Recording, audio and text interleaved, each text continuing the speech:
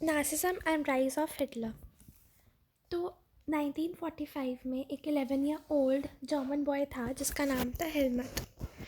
ठीक है, तो उस टाइम ना जो जर्मन की अब नासिज्म और जो राइज ऑफ हिटलर, इसमें क्या पढ़ेंगे हम। जो हिटलर है वो नासिज्म का था, मतलब वो जर्मन का लीडर था सबसे, जैसे हमारा प्राइम मिनिस्टर टाइप होता है, प्राइम मिनिस्टर नहीं लेकिन वो लीडर था, सबसे इम्पोर्टेंट जो रोल प्ले था वो हिटलर का ही था, वो जर्मन का था। और जो हमारी जर्मन है वो यूरोप में है, तो जर्मन हमारे यूरोप में है, तो वो पूरे उसने यूरोप को कंट्रोल के अंदर कर रखा था किसने, हिटलर ने। तो जो उसके फॉलोअर्स जो थे उनको नासीज बुलाते हैं, नासिज्म। जो उनके फॉलोअर थे उसको नासी बुलाते हैं, ठीक है, उनको नाजी बुलाते हैं। और फिर अब इस चैप्टर में है कि हिटलर ने क्या क्या कैसे करा। तो जर्मनी यूरोप में है। इन द स्प्रिंग ऑफ 1945 एक 11 ईयर ओल्ड जर्मन बॉय था, तो वो कहाँ का रहने वाला था, जर्मन का ही था। उसका नाम जो था वो था हेलमट। हेलमट उसने ना अपने पेरेंट्स को बात करते हुए सुना था कि एक बहुत सीरियस टोन में उसके पापा कह रहे थे कि अब ना उसके हमें मर जाना चाहिए, या तो हमें पूरी फैमिली को मर जाना चाहिए या फिर मेरे को सुसाइड कमिट कर लेना चाहिए। तो उसके जो पापा थे वो एक फिजिशियन थे, और वो जो थे वो हिटलर के फॉलोअर थे, मतलब नासी के फॉलोअर थे। तो उन्होंने बोला या तो हमें मर जाना चाहिए, हमें पूरी फैमिली को, या फिर मेरे को ही सुसाइड कमिट कर लेना चाहिए। His father spoke about his fear of revenge, saying, "Now allies will do to us what we did to it." अब ये allies क्या है?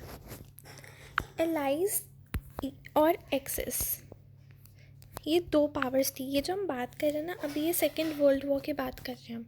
जो इंट्रोडक्शन वीडियो होएगा इसमें हम सेकेंड वर्ल्ड वॉर की बात करेंगे, ठीक है। तो दो पावर्स थी, एक थी एलाइज और एक थी एक्सेस। तो जो एलाइज थी ना उसमें आप ये समझ लो वो जीती थी। उसके अंदर थे रशिया, यूके और फ्रांस, और बाद में यूएस ने एंट्री ली थी, यूएस ने। ओके, सो अलाइज में कौन थे, रशिया, यूके, फ्रांस, और बाद में किसने एंट्री ली थी, बाद में यूएस ने एंट्री ली थी। तो जिसकी वजह से यूएस की वजह से ही एलाइज पावर जीती थी। तो और जो दूसरी तरफ थी एक्सेस, वो कौन थी, उसमें थी जर्मनी, मतलब हिटलर वाली जो थी, हिटलर की जर्मनी थी, जापान थी और इटली थी, ये हारी थी, ठीक है, एक्सेस से हारी थी। तो जो अलाइज थी वो जीती थी और एक्सेस जो थी वो हारी थी। तो हिज फादर स्पोक अबाउट, उन्होंने बोला कि जैसे allies will do to us what we did to crippled and Jews. तो उसने बोला कि अलाइज हमारे साथ वही करेगा जो हमने ज्यूस के साथ करा। अब ज्यूस कौन है, ज्यूस भी जर्मन के ही रहने वाले हैं, ज्यूस भी जर्मन के ही रहने वाले हैं। लेकिन जो नासी था ना उसकी पर्सनल ओपिनियन थी, वो ज्यूस को हेट करता था। क्यों करता था, इसके भी रीज़न, बहुत सारे रीज़न्स हैं, लेकिन इसका मेन रीज़न ये है कि फ़र्स्ट वर्ल्ड वॉर में, अभी तो हम सेकेंड वर्ल्ड वॉर की बात कर रहे हैं, फ़र्स्ट वर्ल्ड वॉर में भी जो जर्मनी था वो एक्सेस में था। तो फर्स्ट वर्ल्ड वॉर में भी जो जर्मनी था वो हार गया था। तो जर्मनी को लगता था, मतलब कि नासी हिटलर को लगता था कि जो जर्मनी जीता है वो ज्यूज़ की वजह से जीतता है, ठीक है। ये चैप्टर में नहीं गिवन, लेकिन मैं आपको आपकी कन्वीनियंस के लिए बता रही हूँ, क्योंकि चैप्टर ख़त्म हो जाता है लेकिन ये कोई बताता ही नहीं है कि ज्यूज़ को वो क्यों मारते थे इतना ज़्यादा। तो यही रीज़न था, उसको लगता था कि फ़र्स्ट वर्ल्ड वॉर में जो जर्मनी हारी है वो ज्यूज़ की वजह से हारी है।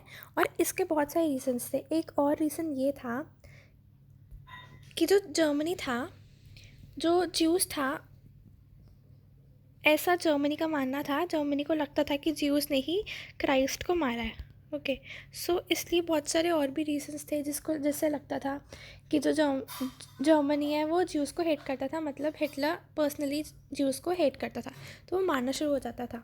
लेकिन फिर तो सेकेंड वर्ल्ड वॉर में एक्सेस हार गया, मतलब जर्मनी हार गई। तो जो उसका जो फादर था हेलमट का, वो भी जर्मनी का ही फॉलोअर था, नासी का फॉलोअर था। तो उसको लगा कि ना हमारे साथ भी वही होएगा जो हमने क्रिपल्ड और ज्यूज़ के साथ करा है। तो अगले दिन he took Helmut to the woods where they spend their last time happy together.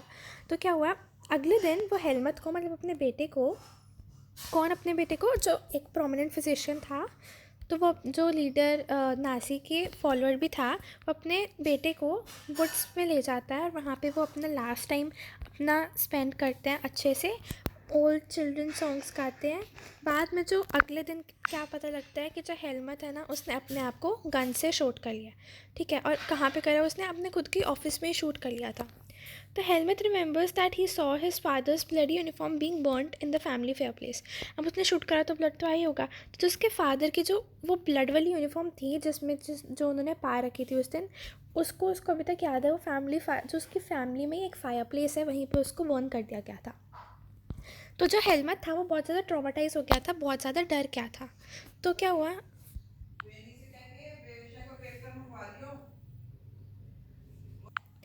तो जो हेलमेट था ना बहुत ज़्यादा ट्रॉमाटाइज हो गया था। और उसके बाद क्या हुआ था, और वो बहुत ज़्यादा, उसने जब अपने पेरेंट्स की बातें सुनी थी, कन्वर्सेशन सुनी थी, उसको याद आया कि उसके पापा ने बोला था या तुम सारे मर जाते हैं या फिर मैं अकेला मर जाता हूँ। तो उसको लगा उसके फादर तो मर गए, तो उसको लगा वो उसकी मम्मा भी उसको मारना चाहती है। तो वो उसने 9 ईयर्स तक, लॉन्ग 9 ईयर्स तक कुछ नहीं खाया था अपनी मम्मा का दिया हुआ, अपने घर से कुछ भी नहीं खाया था, क्योंकि उसको लगता था उसकी मम्मा कहीं उसके अंदर पॉइजन ना मिला दे। Although Helmut may not have realized all that is meant, his father had been a Nazi and supporter of Adolf Hitler। तो मैंने आपको बता दिया, हेलमेट को मे भी ना पता हो कि उसके पापा ने सुसाइड क्यों करा। उसके पापा ने इसलिए करा था क्योंकि वो नासी के सपोर्टर थे। Many of you will know something about Nazi and Hitler. You probably know of Hitler's determination to make Germany into a mighty power। अब ये चीज़ क्या है, देखो, जब सेकेंड वर्ल्ड वॉर में हिटलर हार गया था, सॉरी फर्स्ट वर्ल्ड वॉर में जब हिटलर हार गया था, तो हिटलर ने सोचा कि वो नासी पार्टी बनाएगा। नासी पार्टी बनाई, फिर उसने ना बहुत सारे जर्मन्स को मारना शुरू कर दिया। वो चाहता था कि जो जर्मनी है वो एक माइटी पावर बनाए, और उसमें सिर्फ उसी कास्ट के, जिसको वो प्रेफर करता था, सिर्फ वही लोगों को, बाकी जर्मनी में जितने भी और कास्ट के लोग हैं उन सबको इसने मारना शुरू कर दिया, स्पेशली ज्यूज़ को। आगे हम और भी पढ़ेंगे कौन कौन।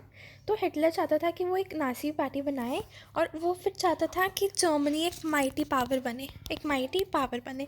बट फिर उसने मारना वगैरह शुरू कर दिया, तो वो सक्सेसफुल नहीं हो पाया बिल्कुल भी। उसके बाद, although Helmut may not have realized his supporter had been a Nazi and supporter of Adolf Hitler, उसके वही पापा एडोल्फ हिटलर के सपोर्टर होंगे और नासी के। तो अब आगे हम ये पढ़ते हैं कि जो हिटलर था ना, फिर चाहता था दोबारा से कि वो एक माइटी पावर बनाए, और उसका एम्बिशन था कि वो कॉन्कर कर ले पूरे यूरोप को। मतलब कॉन्कर मतलब अपने अंडर कर ले पूरे यूरोप को। यूरोप तो जर्मनी यूरोप के अंदर है, तो वो जर्मनी को तो करना ही चाहता था, बाकी और भी जितनी भी कंट्रीज़ थी यूरोप में उन सबको करना चाहता था। तो you may have heard that he kill Jews. मैंने आपको बताया कि उसने ज्यूज़ को भी मारा था। But Nazism was not 1 or 2 isolated acts, it was a system of structure of ideas about the world and politics. ये इंपॉर्टेंट क्वेश्चन है बहुत, ये वाला, कि व्हाट इज़ नासिज्म।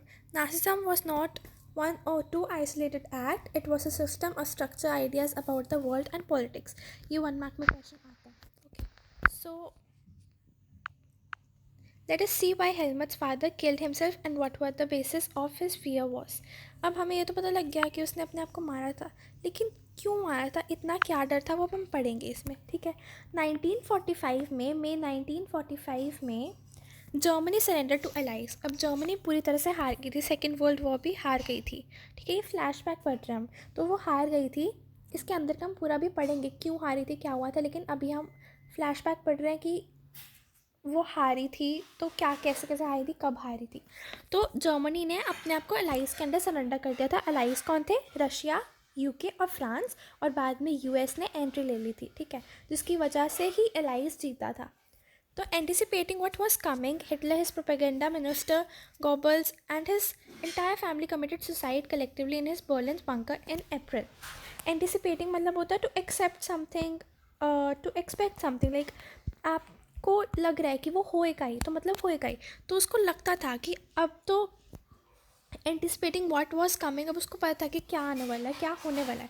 तो हिटलर ने और जो उसके एक मिनिस्टर था गोबल्स, उन दोनों ने और अपनी पूरी फैमिली के साथ सुसाइड कर लिया था। कहाँ पे कर लिया था, हिटलर का ना एक बर्लिन में बंकर था, तो वहाँ पे उन्होंने सुसाइड कर लिया था। बंकर एक अंडर कवर होता है, जहाँ पे जो वहाँ पे अंडर कवर होता है, वहाँ पे जाके उन्होंने, उसका एक खुद का बर्लिन में था, तो वहाँ पे उन्होंने सुसाइड कर लिया था। At the end of war, an international military tribunal uh, at Nuremberg was set up to prosecute Nazi war criminals for crimes.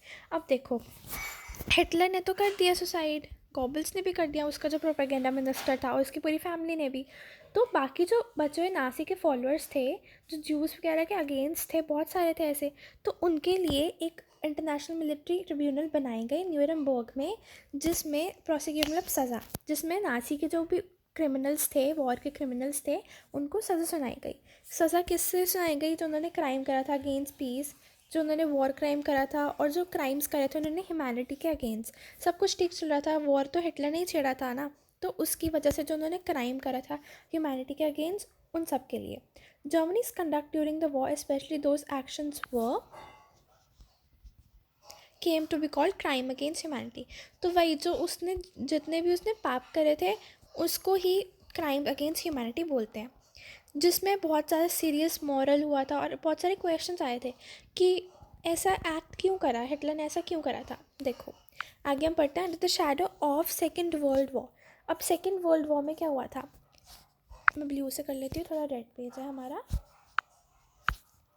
Second world war में क्या हुआ था, Germany had waged a genocidal war.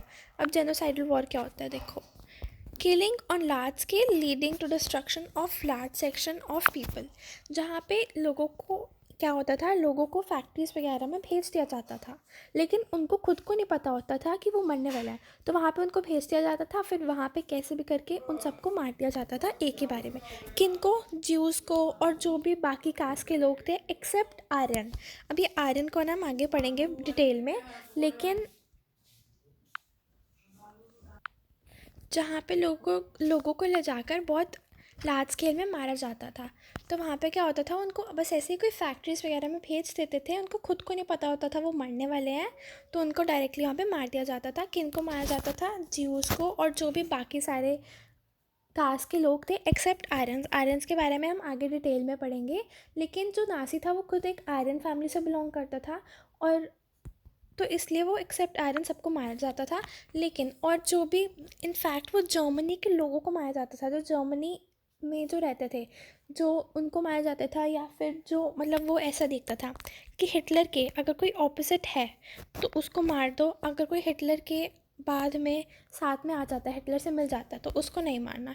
तो ऐसे उसके ऊपर एक तरह से लोगों के ऊपर दबाव भी डाला जा रहा था। तो which result in the mass murder of selected group of innocent civilians of Europe. अब देखो कितने लोग मारे गए, 6 मिलियन ज्यूज़, 2 लाख जिप्सीज। अब एक और कास्ट थी ये, 1 मिलियन पॉलिश सिविलियंस थी, पॉलिश मतलब पोलैंड के जितने भी लोग थे, 1 मिलियन मारे गए। 70,000 जर्मन्स वो वाले मारे गए जो या तो हिटलर के ऑपोजिट थे या फिर जो मेंटली और फिजिकली डिसेबल थे। बिसाइड्स इनन्यूमरेबल पॉलिटिकल ओपोनेंट्स, और वही जो उसके ओपोनेंट्स थे। Nazi devised an unprecedented means of killing people. तो वो क्या करता था, इसका मीनिंग होता है नेवर हैपन बिफोर। वो इस तरह से मारता था जैसे आज तक किसी को मारा ही ना हो, ऐसे ऐसे बहुत अलग अलग, जिस तरह से आज तक कभी किसी को मारा ही ना हो उस तरह से मारता था। लोग ऐसा कभी सोच भी नहीं पाते थे कि वो अब ऐसे मारेगा ऐसे मारेगा, तो वह इतनी बुरी तरह मारता था, बहुत ट्रिकी गेम खेलता था वो।